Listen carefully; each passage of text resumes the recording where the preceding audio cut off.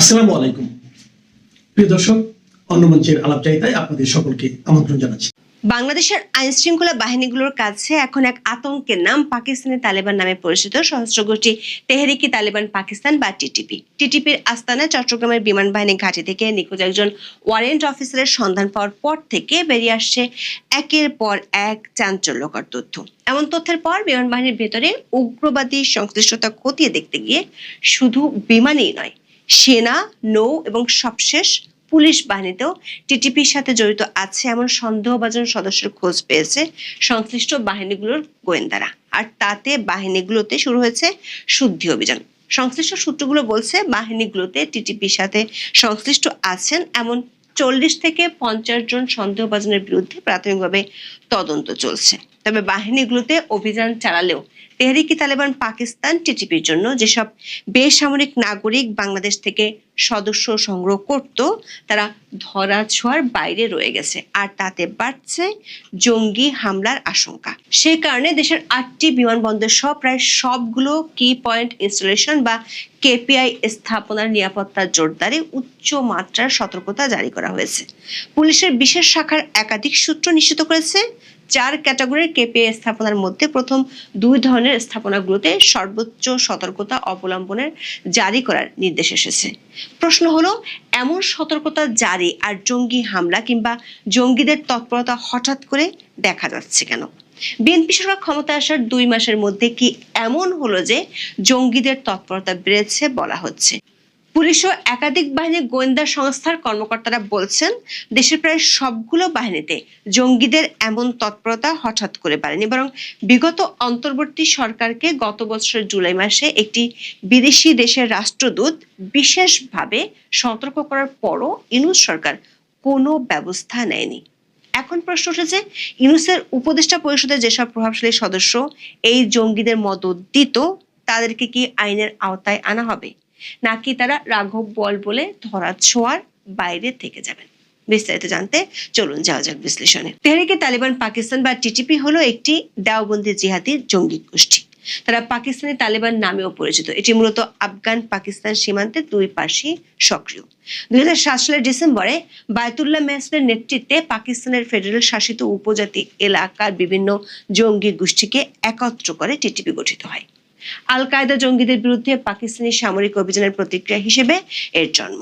মার্কিন ড্রোন হামলায় বেশ কয়েকজন বড় নেতার মৃত্যুর পর গোষ্ঠীটি একসময় দুর্বল হয়ে যায়। তবে বর্তমান নেতা নূর ওয়ালি মেহসুদের নেতৃত্বে 2020 সাল থেকে তারা আবার ঐক্যবদ্ধ হতে শুরু করে। এর ফলে জামাতুল আহরারের মতো দলগুলো পুনরায় টিটিপিতে যোগ দেয়, যা তাদের শক্তি ও হামলার সক্ষমতা বাড়িয়ে তোলে। 2021 সালের আগস্টে আফগানিস্তানের তালেবান সরকার ক্ষমতায় ফিরে আসার পর টিটিপি আরও শক্তিশালী হয়। পরে তালেবান সরকার পাকিস্তান ও টিটিপির মধ্যে শান্তি আলোচনায় মধ্যস্থতা করে। এর মাধ্যমে একটি স্বল্পস্থায়ী যুদ্ধবিরতি হয় এবং টিটিপির বন্দীরা পাকিস্তান থেকে মুক্তি পান। তবে 2021 সালের ডিসেম্বরে যুদ্ধবিরতি শেষ হওয়ার পর টিটিপি আফগানিস্তান থেকে পাকিস্তানি নিরাপত্তা বাহিনীর উপর হামলা বাড়িয়ে দেয়। টিটিপির হয়ে যুদ্ধ করতে বাংলাদেশিরা আফগানিস্তান ও পাকিস্তানে যায় এমন তথ্য বিভিন্ন সংবাদ মাধ্যমে প্রকাশিত হয়েছে। 2025 সালের 27 এপ্রিল উত্তর ওয়াজিরিস্তানে পাকিস্তান সেনাবাহিনীর বোমা হামলায় টিটিপির 54 জন সদস্যের সঙ্গে আহমেদ জুবাইর নামের এক বাংলাদেশি নিহত হওয়ার খবর পাকিস্তানি গণমাধ্যমে প্রকাশিত হয়। 2025 সালে অন্তত 4 জন বাংলাদেশি পাকিস্তান সেনাবাহিনীর সঙ্গে যুদ্ধ করতে গিয়ে নিহত হয়েছেন। এসব ঘটনার পর পাকিস্তানের টিটিপির সঙ্গে সংশ্লিষ্টতার অভিযোগে গত বছর জুলাই মাসে বাংলাদেশে অন্তত 2 জনকে গ্রেপ্তার করেছে পুলিশ। এদের মধ্যে একজন ছিলেন শামীম মাহফুজ, যিনি জঙ্গি তৎপরতার অভিযোগে আওয়ামী লীগ আমলে 3 বার গ্রেপ্তার হয়েছিলেন। শামীম মাহফুজের নেতৃত্বে টিটিপির জন্য সংগ্রহ করা এসব সদস্য ইউনূস সরকারের আমলে বাংলাদেশের ঢাকার মার্কিন দূতাবাসে হামলার হুমকিও দিয়েছিল। তখন মার্কিন দূতাবাসের চার্জ d'affaires ট্রেসিয়ান জ্যাকবসন ছিলেন ছুটিতে। সেখানে তখনকার ভারপ্রাপ্ত দূত মেগান বোল্টেন গত বছরের 10 জুলাই স্বরাষ্ট্র উপদেষ্টা জাহাঙ্গীর আলম চৌধুরীর সাথে বৈঠক করে এদের গ্রেপ্তার করতে বলেন। মজার ব্যাপার হলো, জঙ্গিবাদের সাথে সংশ্লিষ্ট থাকার কারণে মালয়েশিয়া থেকে 3 বাংলাদেশিকে ফেরত পাঠানোর পরও গত বছরের 6 জুলাই জাহাঙ্গীর আলম চৌধুরী বীর দর্পে বলেছিলেন বাংলাদেশে কোনো জঙ্গি নেই, কিন্তু ঠিক তার 4 দিনের মধ্যে মেরিন বোল্ডিনের সাথে বৈঠকের পর সুর উল্টে গিয়েছিল ইউনূসের স্বরাষ্ট্র উপদেষ্টার। ওই দিন জঙ্গি থাকার কথা স্বীকার করে নিয়ে ঢাকার বারিধারা ডিপ্লোম্যাটিক এরিয়ার জন্য বিশেষ নিরাপত্তা ব্যবস্থা করা হয়। নিয়মিত নিরাপত্তা বাহিনীর পাশাপাশি সেখানে কোস্টগার্ডও মোতায়েন করা হয়েছিল। অন্তর্বর্তী সরকারের 2 উপদেষ্টার বিরোধিতা সত্ত্বেও 15 জুলাই শামীম মাহফুজকে গ্রেপ্তার করে পুলিশ। তারপরও বাংলাদেশে টিটিপির তৎপরতা থেমে থাকেনি, যে কারণে ছুটি থেকে ফিরে ট্রেসিয়ান জ্যাকবসন 28 জুলাই মোহাম্মদ ইউনূসের সাথে দেখা করে বিষয়টি নিয়ে উদ্বেগ জানান। ওই বৈঠকে ট্রেসিয়ান জ্যাকবসন 2025 সালের 22 এপ্রিল আইন উপদেষ্টা আসিফ নজরুলের সাথে জঙ্গিবাদের সাথে জড়িত থাকার অভিযোগ আছে এমন কয়েকজনের বৈঠকের বিষয়ে বিস্তারিত তথ্য জানতে চেয়েছিলেন। পুলিশের বিশেষ শাখার সূত্রগুলো বলছে, বিভিন্ন সংস্থার পক্ষ থেকে জঙ্গি তৎপরতা বাড়ার ব্যাপারে ইউনূস সরকারের শীর্ষ মহলকে বারবার সতর্ক করলেও অন্তর্বর্তী সরকার তখন ছিল চুপ। উল্টো যেসব পুলিশ কর্মকর্তা তদন্ত করতে চাইতো তাদেরকে রিমোট এলাকায় ট্রান্সফার করা হতো। এরই ফাঁকে দেশের আইন শৃঙ্খলা বাহিনীগুলোতে ছড়িয়ে পড়ে টিটিপির সদস্য সংগ্রহ কার্যক্রম। এরই মধ্যে চট্টগ্রামের বিমান বাহিনী ঘাঁটি থেকে নিখোঁজ একজন ওয়ারেন্ট অফিসারের সন্ধান পায় বাহিনীর গোয়েন্দারা। চট্টগ্রামের বিএফ জহুরুল হক ঘাঁটিতে কর্মরত ওই ওয়ারেন্ট অফিসার কর্মস্থলে অনুপস্থিত থাকার পর থেকে তদন্ত শুরু হয়। তিনি প্রায় 2 মাস ধরে বিনা ছুটিতে নিখোঁজ ছিলেন। পরবর্তীতে টিটিপির একটি আস্তানা থেকে তাকে শনাক্ত ও গ্রেপ্তার করা হয়। এমন তথ্যের পর বিমান বাহিনীর ভেতরে উগ্রবাদী সংশ্লিষ্টতা খতিয়ে দেখতে শুরু করলে বেরিয়ে আসে একের পর এক চাঞ্চল্যকর তথ্য। এ ধরনের ঘটনায় গত 1 সপ্তাহে বিমান বাহিনীর 20 জনের বেশি সদস্যকে আটক করা হয়েছে। আটক হওয়াদের মধ্যে ওই ওয়ারেন্ট অফিসার ছাড়াও আছেন 2 জন স্কোয়াড্রন লিডার, 10 জন জুনিয়র কমিশনড অফিসার ও বিমান সেনা এবং 1 জন ইমাম। বিএএফ ঘাঁটির এই মসজিদের ইমামকে এই চক্রের মূল নিয়োগকারী হিসেবে সন্দেহে আটক করা হয়েছে। এই ঘটনার পর বিমান বাহিনীর বিভিন্ন ঘাঁটিতে সমন্বিত অভিযান চালানো হচ্ছে। বাহিনীর ভেতরে গত কয়েক মাস ধরে কোনো নিয়োগ নেটওয়ার্ক সক্রিয় ছিল কিনা তদন্তকারীরা তা খতিয়ে দেখছেন। এছাড়া কোনো স্পর্শকাতর তথ্য পাচার হয়েছে কিনা এবং বাংলাদেশ থেকে নিয়োগকৃত ব্যক্তিদের বিদেশে জঙ্গি কার্যকলাপে পাঠানো হয়েছে কিনা তাও খতিয়ে দেখা হচ্ছে।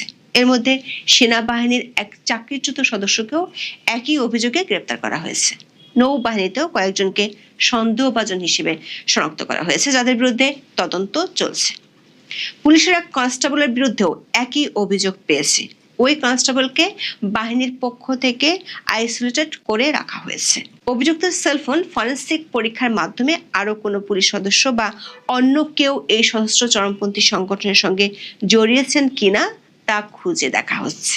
জানা গেছে, বিশেষ করে দীর্ঘদিন যেসব কর্মকর্তার সঙ্গে তিনি দায়িত্ব পালন করেছেন তাদের বিষয়ে খোঁজ নিচ্ছে পুলিশ। অভিযুক্ত কনস্টেবল সবশেষ পুলিশ সদর দপ্তরের অতিরিক্ত ডিআইজি আহমেদ মহিদের দেহরক্ষী হিসেবে দায়িত্বরত ছিলেন। অভিযুক্ত শাকিল সে সময় দায়িত্ব পালনের অংশ হিসেবে রাষ্ট্রীয় বিভিন্ন গুরুত্বপূর্ণ আয়োজনে উপস্থিত ছিলেন। এর মধ্যে বিমান বাহিনীর তদন্তে উঠে আসে এই ঘটনার সঙ্গে জড়িত থাকতে পারেন এমন অন্তত 6 জন ওয়ারেন্ট অফিসার বর্তমানে দেশের বাইরে রয়েছেন। ধারণা করা হচ্ছে তারা তুরস্ক, পাকিস্তান, নিউজিল্যান্ড ও পর্তুগালে পালিয়ে গেছেন। এটি তদন্ত প্রক্রিয়াকে আরো জটিল করে তুলেছে এবং ঘটনার একটি আন্তর্জাতিক যোগসূত্র তৈরি করেছে।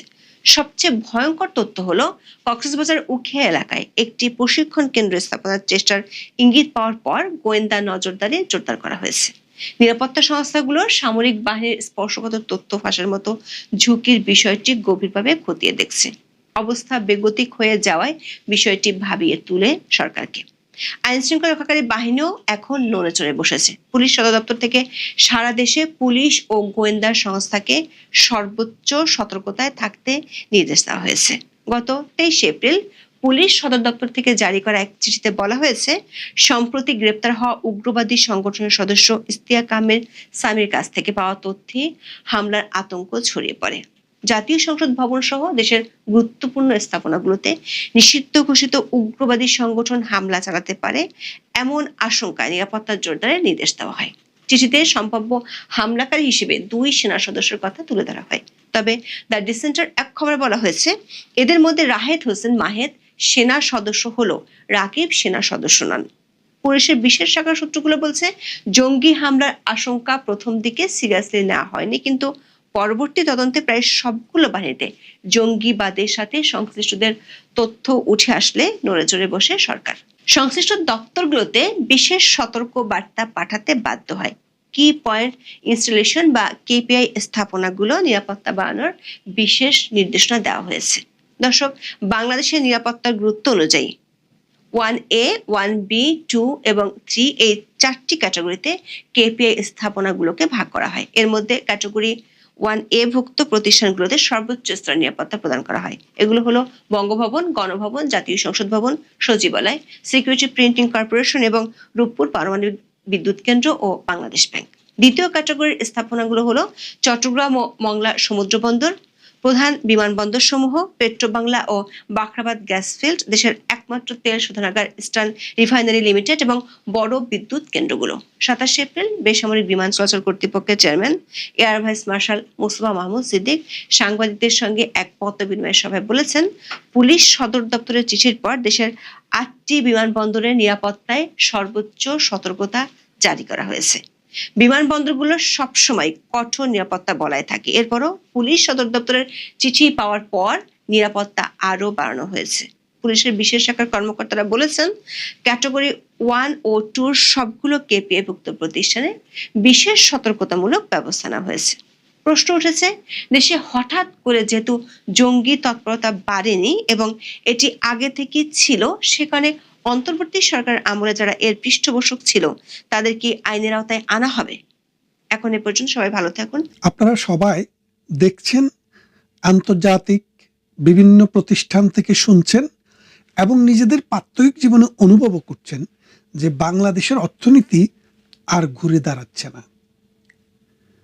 ঘরে ঘরে বিদ্যুৎ নেই, ফ্যাক্টরিতে বিদ্যুৎ নেই, সংসদ ভবনে গিয়েও সেটার ঢেউ লাগছে।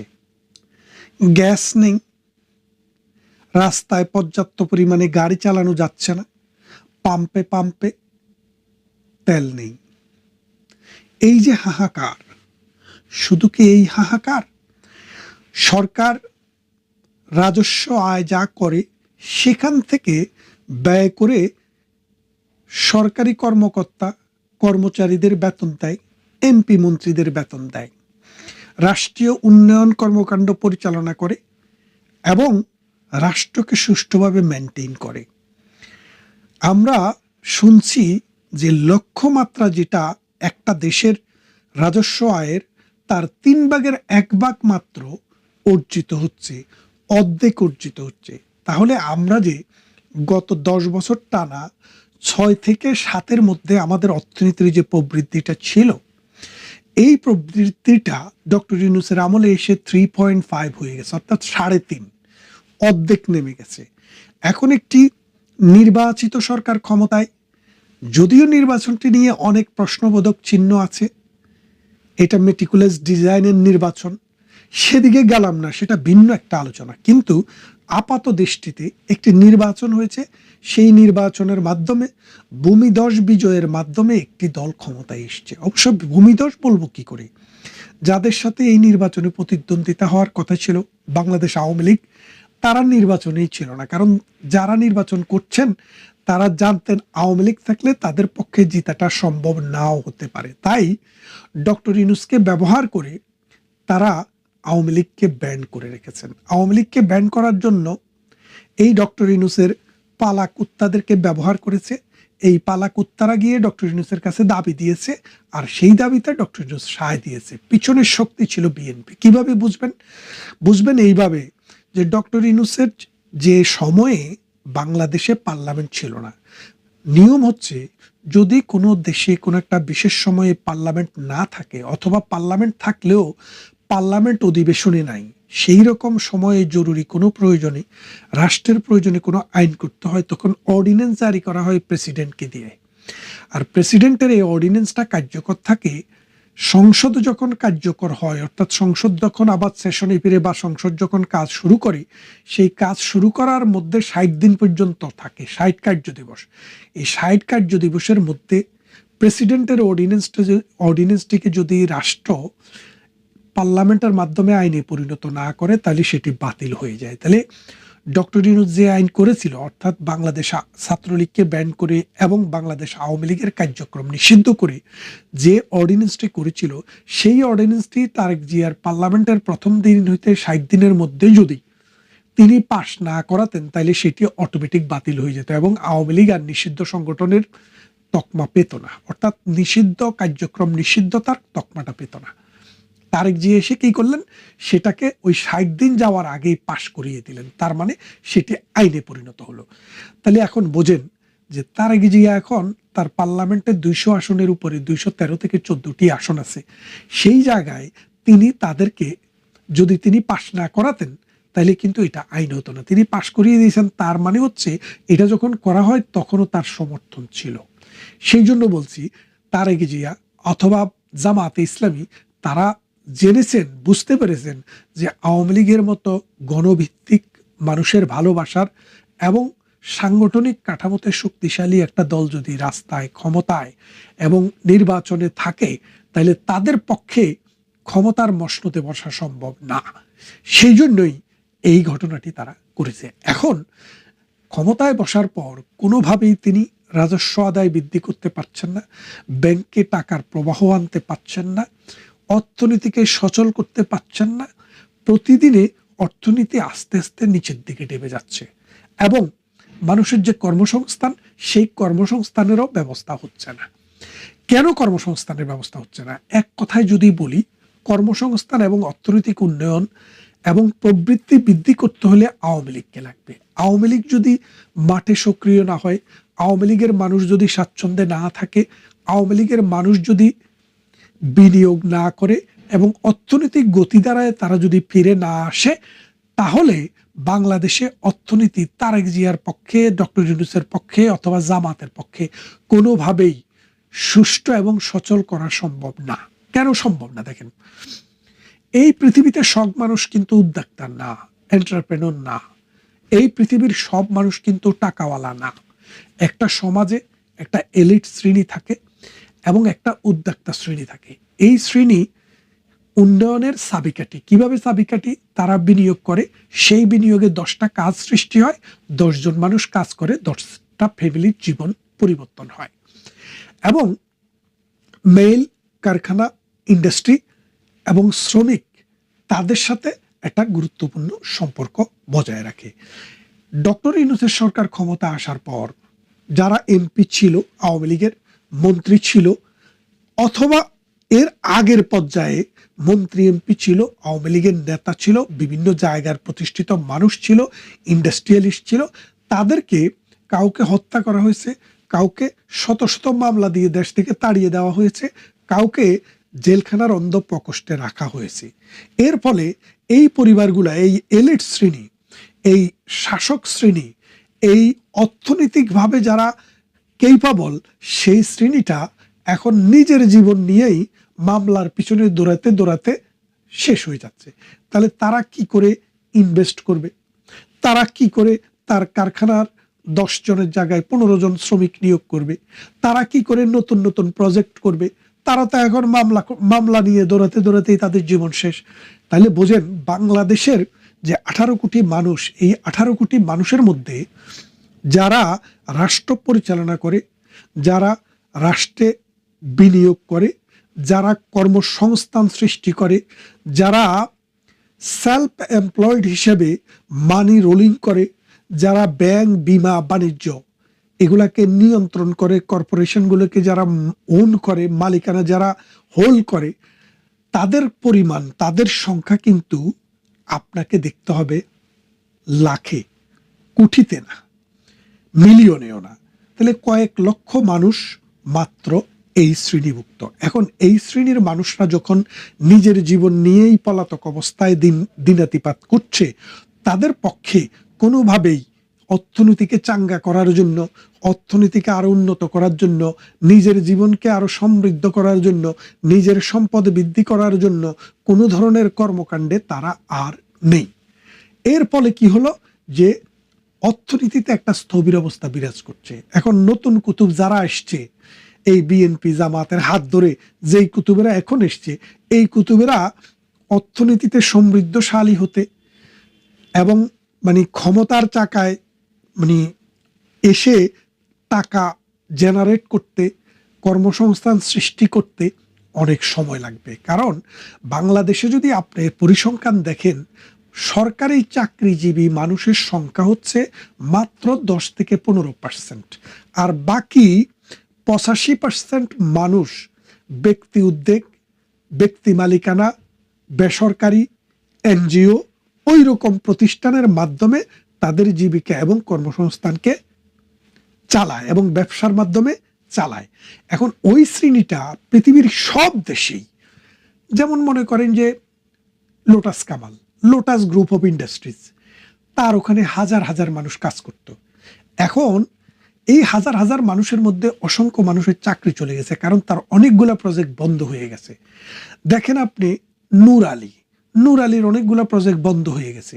আপনি দেখেন যে আমাদের Beximco group of industries limited, Shahin পুকুরস holdings limited, S Alam group limited, তারপরে আখতারুজ্জামান বাবুর গ্রুপ লিমিটেড, এই যে গ্রুপ লিমিটেড বলছি, এদের অনেকেই পলাতক, এদের অনেকের অসংখ্য সম্পদ জব্দ করা হয়েছে, এদের অনেকেরই শিল্প প্রতিষ্ঠান বন্ধ। Gazi group of industries limited, আপনি জানেন গাজী বাংলাদেশে এই যে ট্যাঙ্ক, পানির ট্যাঙ্ক প্লাস্টিকের একটা বিপ্লব ঘটিয়েছিল, তার কারখানাটিকে কিভাবে পড়ানো হয়েছে আপনারা দেখেছেন। তো আমি যাদের নাম বলছি, এটা তো কয়েকজনের নাম মাত্র বলছি। এইরকম শত শত হাজার হাজার মানুষ, কেউ মামলায়, কেউ হামলায়, কেউ সন্ত্রাসে, কেউ মবে আক্রান্ত হয়ে ব্যবসা বাণিজ্য, অর্থনৈতিক কর্মকাণ্ড থেকে নিজেকে গুটিয়ে রেখেছে। এর ফলে কি হচ্ছে, প্রতিদিন কিন্তু যার বয়স গতকাল 18 থেকে একদিন কম ছিল, আজকে তার বয়স 18 হচ্ছে। এরকম প্রতিদিন কর্মক্ষেত্রে, অর্থাৎ আমাদের শ্রমবাজারে নতুন নতুন শ্রমিক যুক্ত হচ্ছে। এই নতুন শ্রমিক যুক্ত হওয়ার সাথে সাথে যদি কর্মসংস্থান সৃষ্টি না হয়, তাহলে এই শ্রমিক বেকারের সংখ্যা প্রতিদিন বাড়াচ্ছে। আর একজন বেকারের সংখ্যা বাড়ানো সমাজে হাহাকার বাড়াচ্ছে, অস্থিরতা বাড়াচ্ছে।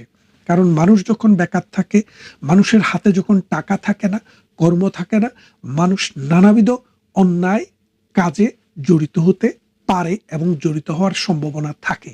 তরুণরা বিপদগামী হয়, তারা জঙ্গি হয়, তারা রাষ্ট্রবিরোধী হয়, তারা চুরি করতে পারে, ডাকাতি করতে পারে। তারা, সোজা কথা হচ্ছে, অলস মস্তিষ্ক শয়তানের কারখানা। এই কারখানা থেকে তাদেরকে বাঁচানোর পথ, তাদের হাতে কাজ তুলে দেওয়া, কর্মসংস্থান সৃষ্টি করা, অর্থনৈতিক যে কর্মকাণ্ড সেটাতে তাদেরকে নিয়ে আসা। আজকের দিনে আমরা কি দেখছি, এই সরকার এখনো বিনা বিচারে প্রধান বিচারপতি, প্রধান নির্বাচন কমিশন সহ অসংখ্য মানুষকে জেলের প্রকোষ্ঠে বেঁধে রেখেছে।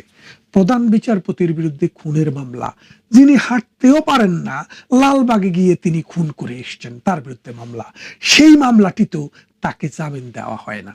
এই যে মনে করেন, একটা দেশে যখন প্রধান বিচারপতি যখন জেলে থাকে, তখন বুঝবেন পুরা বিচার ব্যবস্থাই এখন জেলে আছে। এই জেলে থাকা বিচার ব্যবস্থার পক্ষে আপনাকে, আমাকে, আমাদেরকে, রাষ্ট্রকে কোনো ধরনের ন্যায় বিচার দেওয়া সম্ভব না। আপনি কি কখনো শুনেছেন পৃথিবীর কোনো দেশে একজন চিফ জাস্টিসকে নিয়ে ম্যাজিস্ট্রেটের সামনে দাঁড় করাচ্ছে, ওই ম্যাজিস্ট্রেট বসে থাকছে আর চিফ জাস্টিস হাতে হ্যান্ডকাপ নিয়ে দাঁড়িয়ে আছে? এই যে লজ্জা, এই যে অপমান, এই যে রাষ্ট্র ব্যবস্থা, হাজার হাজার বছর ধরে তৈরি হওয়া রাষ্ট্র ব্যবস্থার প্রতি অবজ্ঞা, এটা রাষ্ট্রকে, সমাজকে, অর্থনীতিকে পুঙ্গ করে দিচ্ছে। এখন যদি এই মানুষের বিরুদ্ধে যে মিথ্যা মামলা, অন্যায় মামলা, এখান থেকে তাদেরকে বেরিয়ে অর্থনৈতিক কর্মকাণ্ডে এবং রাষ্ট্র গঠনে যদি সুযোগ দেওয়া না হয়, তাহলে প্রতিদিন রাষ্ট্র অধপাতে যাবে, অর্থনীতি ভঙ্গুর হবে এবং একটা সময়ে বিদ্রোহ হতে হতে রাষ্ট্র ভেঙে পড়বে এবং রাষ্ট্রের অর্থনীতি দেউলিয়া হয়ে যাবে। আমরা জানি না সরকারের কানে আমাদের এই সব কথা পৌঁছবে কিনা। যদি পৌঁছে, আমাদের অনুরোধ থাকবে, এই রাষ্ট্রটি 30 লক্ষ মানুষের রক্ত, 2.5 লক্ষ নারীর ইজ্জত এবং কোটি কোটি মানুষের শ্রম এবং সাধনায় স্বাধীন হয়েছে, সেই স্বাধীন রাষ্ট্রটি গত 54 বছরে হাঁটি হাঁটি পা পা করে দক্ষিণ পূর্ব এশিয়াতে একটি শক্তিশালী দেশে পরিণত হয়েছিল। সেই দেশটিকে রক্ষা করুন, ধ্বংস নয়। ভালো থাকবেন।